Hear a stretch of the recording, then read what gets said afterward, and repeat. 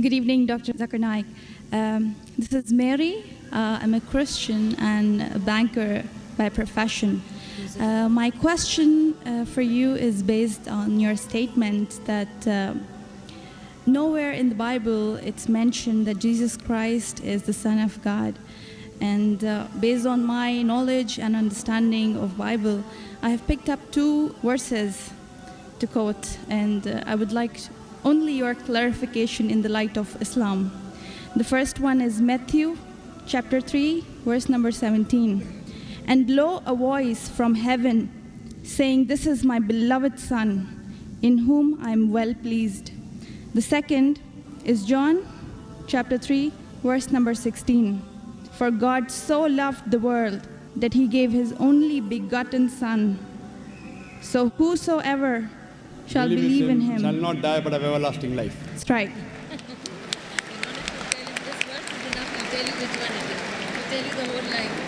Sister, just to correct your statement, you made a question saying that I said that nowhere in the Bible it says that Jesus is Son of God. I never said that nowhere in the Bible is it mentioned that Jesus is Son of God. I said there is not a single unequivocal statement in the complete Bible. There is not a single unambiguous statement in the complete Bible where Jesus Christ, peace be upon him, himself says that I am God, or where he says worship me. I never said the Bible does not say Jesus is Son of God. What I said, there is not a single unambiguous statement, not a single unequivocal statement in the complete Bible where Jesus Christ, peace be upon him, himself says that I am God, or where he says worship me.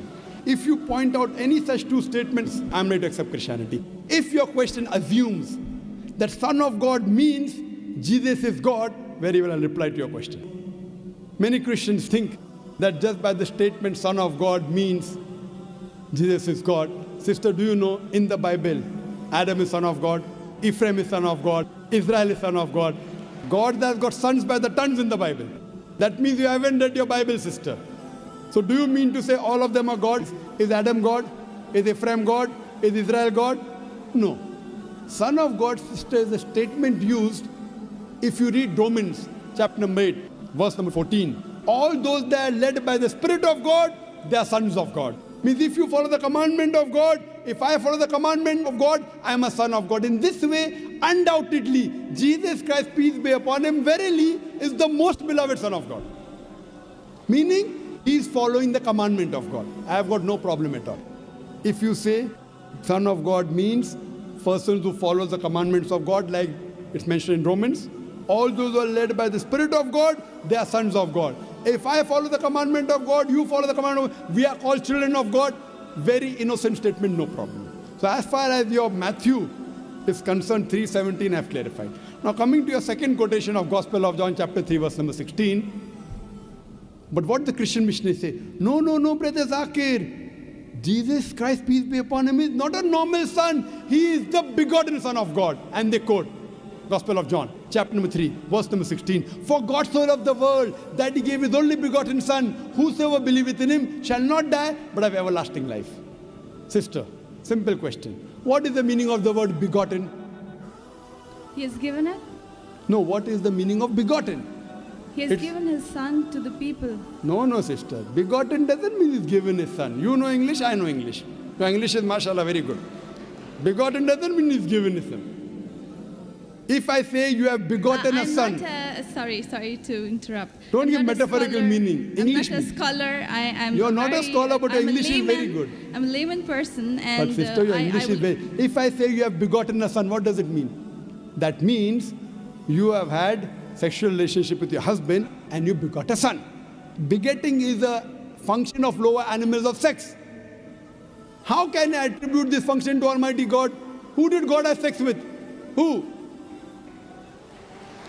That's the reason the scholars of Christianity, if you read the Revised Standard Edition, Revised Standard Version of the Bible, revised by 32 scholars, Christian scholars of the highest eminence, backed by 50 different corporate denominations, they say this word begotten in Gospel of John, chapter number 3, verse number 16, is an interpolation, is a fabrication, is a concoction, and they're thrown out of the Bible. So if you read the Bible, If you read the Revised Standard Version, it is the bestseller in the world. Revised Standard Version, revised by not Muslims, not Hindus, 32 Christian scholars of the highest eminence, backed by 50 different corporate denominations. They say this word begotten is not present in the original manuscript of Gospel of John chapter 3 verse 16. What they say, it's an interpolation, it's a fabrication, it's a concoction, it's an adulteration. So Jesus is just like a son.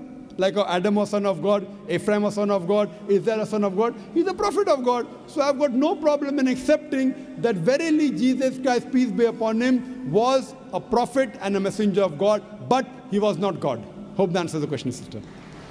So now, sister. Thank you very much, Dr. Sister, Zakir. can we reverse the role now? Yes, I definitely. said I was ready to accept Christianity if you proved Jesus was God. Would you accept Islam now? Would you agree that Jesus is the prophet of God? I have still a few more things to clarify. You're most welcome, sister. Why do Muslims refrain from the statement, Son of God? Why? Yes. If I answer the question, will you accept Islam? Well, it's not a compulsion. I think we have a huge population of Muslims in the world. We Yes. need believers. We do not need only Muslims by name. Yes, so we want Muslim by deed. So we want to become Muslim by deed, not by name, sister. Okay, coming to your question, that why do Muslims refrain from using Son of God as a phrase? Very good question. And that's the reason, sister, if you read the Quran has got 99 attributes to Allah subhanahu wa ta'ala. Ar-Rahman, Ar-Rahim, Al-Hakim, most gracious, most merciful, most wise. But Allah subhanahu wa ta'ala in his last and final revelation, if there's something like Old Testament and New Testament, Quran is the last testament. In his last testament, he has not used the word Ab. In Arabic, Ab means father. Why?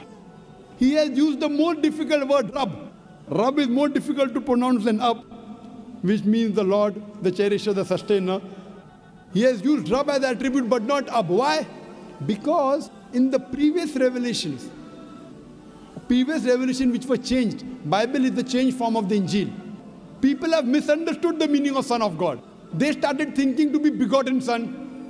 For example, if I tell, young son, beta tumne acha sawal pucha. Son, you have asked a very good question. If a son asked a question of the age of 10, son, you have asked a very good question. But if I say, you begotten son, you have asked a very good question, he may punch me. He will not say, oh, Zakir is elderly, he may punch me. That means I'm abusing his mother.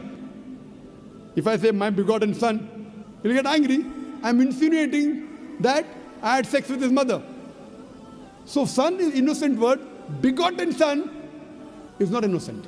Same way, the son is a very good word, but people started misunderstanding. So to remove this confusion, that's the reason the Quran does not use the word father as attribute to Almighty God. Otherwise, it's a good word. So same way, we refrain from using Son of God because people start thinking that he's God. No Christian ever comes and tells me Adam is son of God, Ephraim is son of God. Why? Bible says Israel is son of God. Why don't you come and tell me? Because they are programmed. No Christian has come and told me that the Bible says Ephraim is son of God. No, why? Because they are programmed to believe that Jesus Christ is Almighty God. He never said he's Almighty God. And I told you earlier, in my earlier answer, he never claimed divinity. That means you're insulting Almighty God. That means you're insulting Jesus Christ, peace be upon him. That's what I say. If Christian means a person who follows the teachings of Jesus Christ, peace be upon him, we Muslims are more Christian than the Christians themselves. You know why?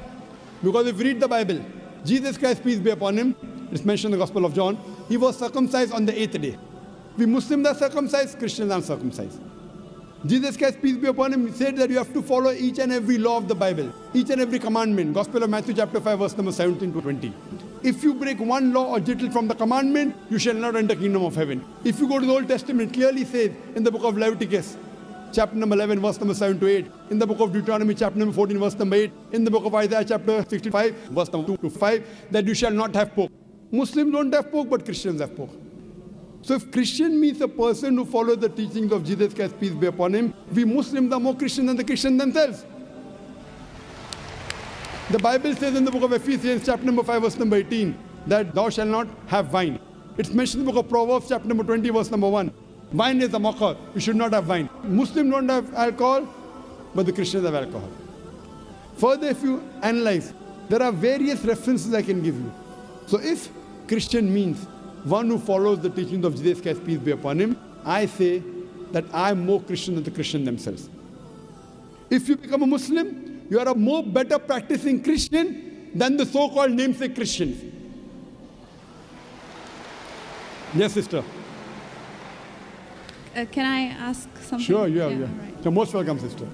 I would not like to cross-question or criticize your statement. Sister, you're most welcome to cross-question me. You're most welcome to criticize me. I love it.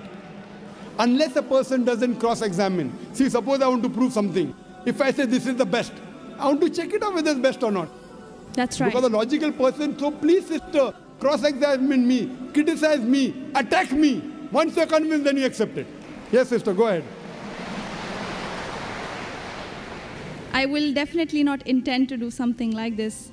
The object of questioning more is to know more so that I know what I follow is right. That's all. Thank you very much. Sister can ask any question, no problem. You're most welcome. Whether your intention is very good, but I went to the extent of saying even your intention is bad, no problem. But your intention is very good, sister. So you can ask any questions and you don't have to accept Islam. No one can force you. Quran says, La ikraha fid din. There's no compulsion in religion. Truth stands out clear from error. So don't think that if I answer a question, you have to accept. On the day of judgment, only give the evidence that I gave you the answer. Yes, sister. Any questions? Thank you very much. Yes, sister. You said that we Muslims are better Christians than the actual Christians. So The complete statement I made, if Christian means a person who follows the teachings of Jesus Christ, peace be upon him, we Muslims are more Christian than the Christian themselves. Yes, sister, your question. But this is not a layman statement. Do not have a specialized knowledge of Islam and as well as Christianity. And you can ask the doctors of divinity whether I'm saying is right or wrong. Yes, sister. Thank you very much, Dr. Naik. So what is the question that? That was my question, that why did you mention that we Muslims are better Christians than the actual Christians? When I said that, why did I say that? I think this is beyond my thinking, that That's why right. would a Muslim call himself a Christian? No, correct. Why? Because we love Jesus Christ, peace be upon him. We love him more than you. We love him, we respect him, we revere him. But we don't worship him. The reason I said this because I love Jesus Christ, peace be upon him. I respect him, I revere him, but I don't worship him. Because he never told me to worship him. If he would have told me to worship him, I would have worshipped him. So that's the reason I say, if Christian means a person who follows the teachings of Jesus Christ, peace be upon him, I'm more Christian than the Christian themselves. Because I love Jesus Christ, peace be upon him. I respect him, I revere him, but I don't worship him. So hope that answers the question, sister. Thank you very much.